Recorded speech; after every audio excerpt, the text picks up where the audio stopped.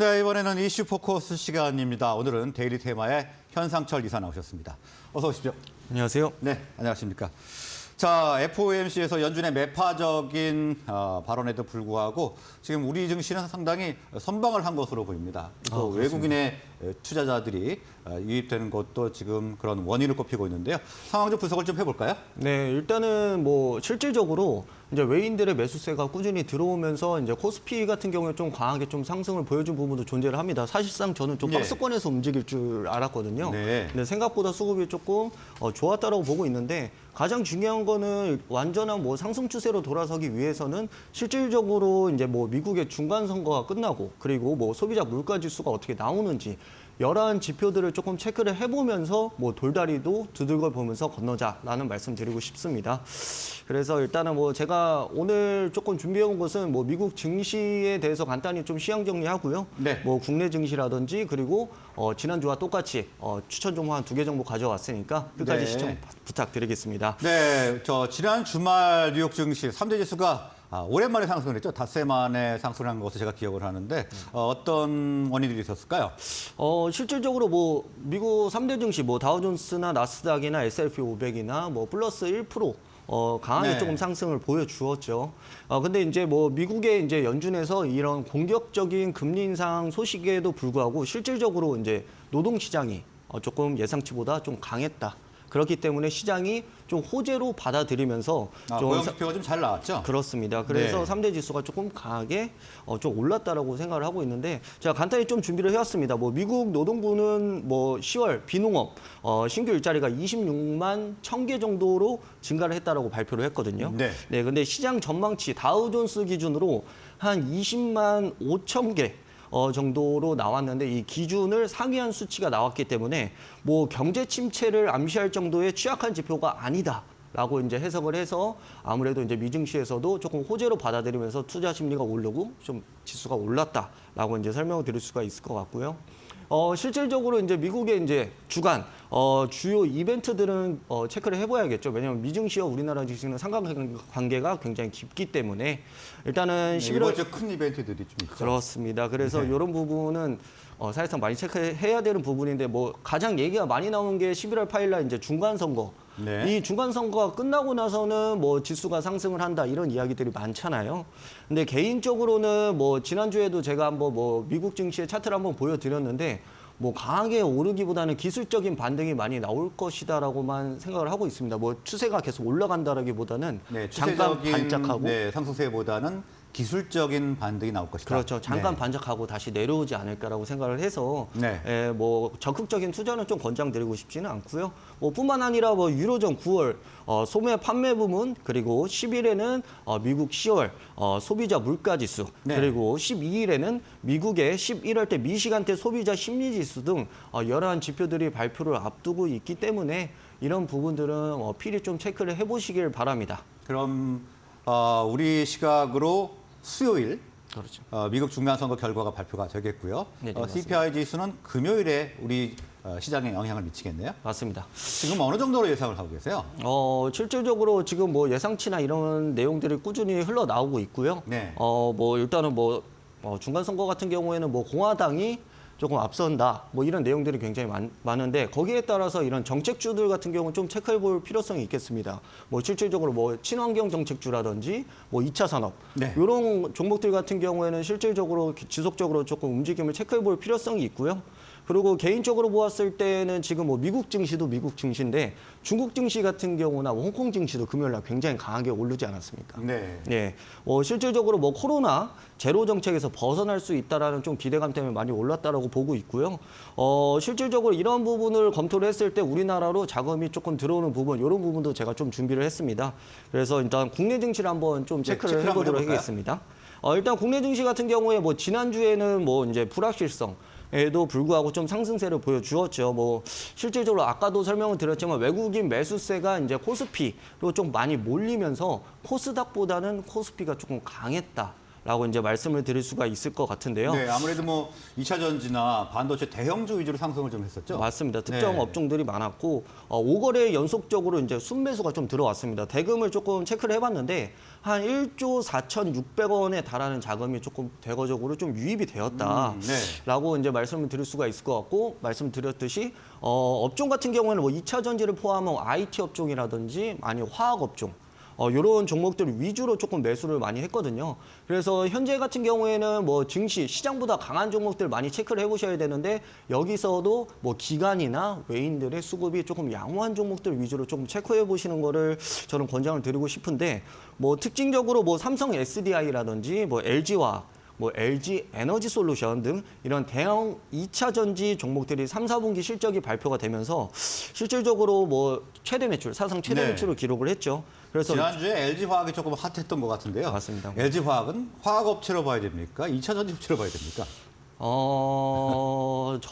2차 전지 쪽의 섹터의 흐름이 좀 강하지 않나. 네, 사업 부서 쪽의 2차 엮이는 게. 전지 섹터가 상당히 지금 좋은 흐름을 보이면서 네, 맞습니다. LG화학이 지난주에 상당히 이슈가 됐었는데요. 계속 말씀 이어가시죠. 네네. 그래서 일단 외국인 이제 순매수 배경 같은 경우에 이제 중화권 이탈된 자금이 한국으로 유입이 되었다라고 이제 해석이 가능한데 실질적으로 이제 중국 대비해서 이제 한국 배터리 기업들이 상대적으로 좀 밸류가 높다. 라고 이제 점쳐지고 있고 기준 평가가 그런 식으로 나오고 있습니다. 그래서 2차 전지 기업의 주가가 지속 강하다는 것이 좀 근거로 조금 제시를 해 드릴 수가 있다라고 생각을 하고요. 네. 예, 그래서 이런 대형주들도 좀 강하게 올랐지만은 실질적으로 지난주에 좀 핫한 섹터가 어디 있습니까? 뭐 네옴시티나 뭐 건설주 아니겠습니까? 그렇습니다. 예, 네. 맞아요.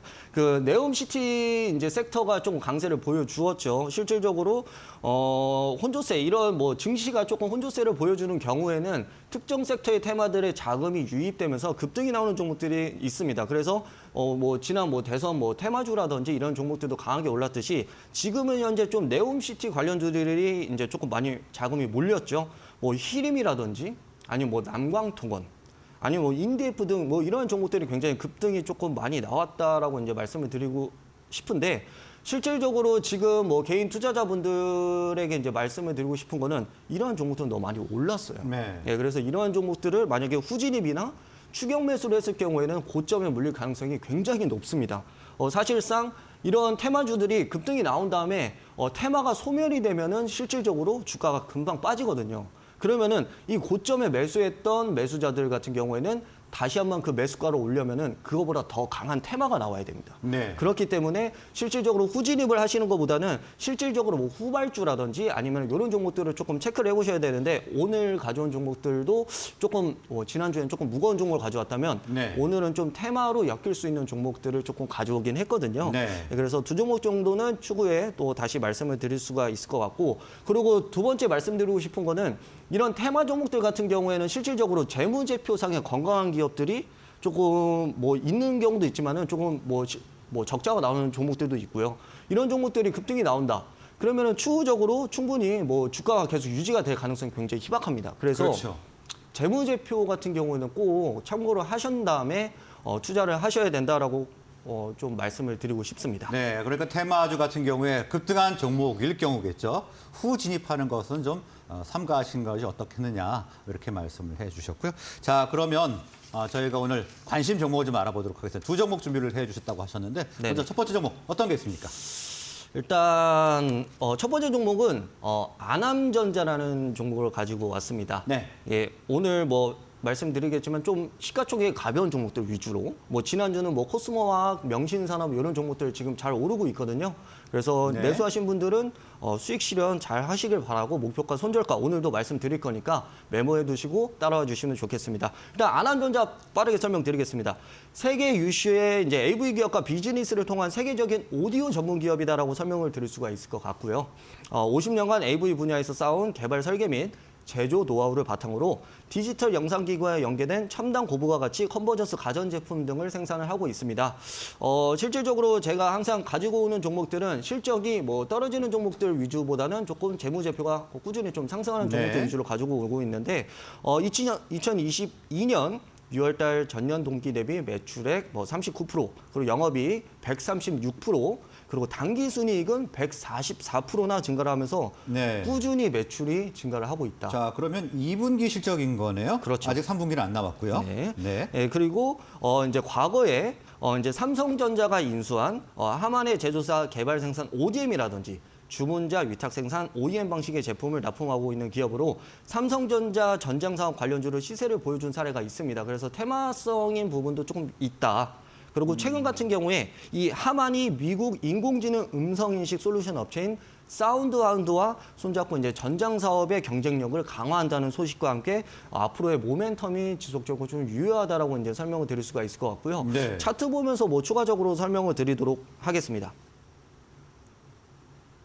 자, 차트가 나오고 있습니다. 네네. 일단은 안암전자 같은 경우에는 제가 말씀을 드렸지만은 실질적으로 이런 식으로 급등이 나와주는 한 번 시세가 붙으면 탄력받고 올라가는 종목인 만큼 조금 가볍다라고 말씀을 드릴 수가 있을 것 같고요. 네. 실질적으로 지금은 주가가 어느 정도 조금 많이 내려온 부분에서 이제 반등을 좀 모색을 하고 있다라고 말씀을 드릴 수가 있겠습니다. 이 종목 같은 게 뭐 삼성전자 관련주 그리고 뭐 이제 특정 인물의 관련주다라고 이제 말씀을 드릴 수가 있을 것 같고요. 최근 같은 경우에도 10월 24일 날 갭으로 15% 정도 급등이 나온 다음에 어느 정도 상방에 일단은 매물대를 조금 소화하는 모습을 보여줬고 다시 한번 이평선이 수렴하는 구간에서 반등이 나오고 있다. 그래서 저점에서 조금 매수해도 괜찮은 종목이 조금씩 올라가는 그런 모습이네요. 맞습니다. 그래서 하지만 이제 상방에 조금 실질적으로 이 지지했던 구간을 한 번에 좀 이탈을 해줬기 때문에 네. 저항 구간이 조금 좀 두텁다라고 말씀을 드리고 싶어서 1차 목표가는 좀 짧게 2,050원 정도를 1차 목표가로 제시를 해드리고요. 저 저항선이 있는 구간인 거죠? 네네, 그래 절반 네. 정도는 그 구간에서 수익 실현, 그리고 2차는 2,250원 부분을 일단은 2차 목가 제시를 해드립니다. 네. 그리고 손절 라인 부분 같은 경우에는 1,650원 부분 제시를 해드립니다. 그래서 어느 정도 과거의 전저점 부분을 크게 이탈하지 않는 이상은 충분히 보유해서 가져갈 만한 종목이다라고 이제 말씀을 드릴 수가 있겠습니다. 네, 첫 번째 오늘 관심 종목으로 안암전자 분석을 해주셨는데요. 이 시간 현재 1.3% 정도 오르고 있습니다. 1,910원에 거래가 되고 있는데 1차 목표가는 2,050원, 그리고 이를 성공했을 경우에는 2차 목표가 2,250원 제시를 해주셨습니다. 자, 그러면 두 번째 관심 종목도 알아보도록 하겠습니다. 어떤 종목인가요? 두 번째 관심 종목 같은 경우에는 한국종합기술이라는 기업을 가지고 왔습니다. 네. 일단은 해당 기업 같은 경우에도 이제 조금 테마성으로 많이 올랐던 종목이죠. 뭐 투자하신 분들은 많이 알 거라고 생각하는 종목인데 실질적으로 좀 차트상 자리가 좀 괜찮아서 종목을 좀 가지고 왔습니다. 종목 설명 간단히 빠르게 좀 해드릴게요. 상하수도, 환경, 항만, 철도 등 엔지니어링 전 분야에서 뭐 기획이라든지 타당성 조사, 설계, 분석 평가, 감리 등 수행하는 건설 엔지니어링 회사다라고 보시면 되고요. 일단 매출 대부분이 이제 국내 공공부문에서 발주하는 엔지니어링 용역이고 해외 사업과 광급, 토목공사, 수주로 관련 매출 또한 일부 발생을 한다라고 보시면 되겠습니다. 뭐 지난 6월 달에 별도 기준 전년 동기 대비해서 매출액도 14%, 영업이익 49%, 당기순이익 15% 이렇게 실적이 증가하는 기업들 위주로 저는 종목을 가지고 오고 있고요. 이러한 종목들이 나중에 오래 가져가서라도 실적적인 부분으로 또 추가적으로 상승이 나올 수가 있다라고 이제 말씀을 드리겠습니다. 그래서 이런 매출액 증가도 있는데 실질적으로 원가도 증가를 했겠죠. 원가를 증가했는데 판매비라든지 이런 관리비, 비용들의 증가폭을 효과적으로 조금 관리를 하면서 영업이익이 좀 큰 폭으로 증가를 하였다. 네. 이제 말씀을 드리고 싶고 과거에 이제 정치 테마주, 특정 인물 관련주, 그리고 이제 가덕도 신공항 테마. 그리고 최근에는 이 우크라이나 일상영목 이 재건 관련주로도 엮였고요.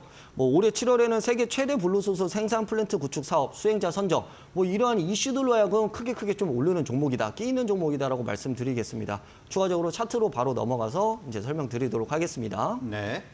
네, 자, 이 종목 같은 경우에도 보시면은 이런 식으로 횡보를 하다가 크게 올려줍니다. 이러한 종목들이 이제 테마성이 붙으면은 강하게 오르는 끼이는 종목의 이제 특징이다라고 보시면 되는데 최근 같은 경우에는 지금 단계에서 보시면은 이런 기간 같은 경우에는 꾸준히 좀 러브콜이 들어오고 있다. 수급적인 측면에서도 괜찮다라고 말씀을 드리고 싶고 네. 이런 이평성들이 이제 수렴하면서 정배열을 만들어가고 있는 차트상으로 이제 꾸준히 조금 올라가고 있는 흐름이 나오고 있기 때문에 이러한 종목들 이제 시장보다 좀 강하다라고 말씀을 드리고 싶고요. 일단은 1차 목표가는 실질적으로 8,500원 부근을 보고 있습니다. 네, 기술적인 부분이 지금 좋게 나타나고 있기 때문에 오늘 준비를 해주셨다 말씀을 해주셨는데요. 네. 1차 목표가 8,500원이고요. 네, 2차 목표가 9,000원, 그리고 손절 라인 같은 경우에는 6,500원 이렇게 제시해드리도록 하겠습니다. 네, 오늘 좀 오르고 있습니다. 2.7% 정도 오르면서 7,970원에 거래가 되고 있는데 1차 목표가 8,500원, 2차 목표가 9,000원, 그리고 손절가 7,000원 제시를 해주셨습니다. 자, 그러면 오늘 말씀은 여기서 마무리하도록 하겠습니다. 고맙습니다. 감사합니다.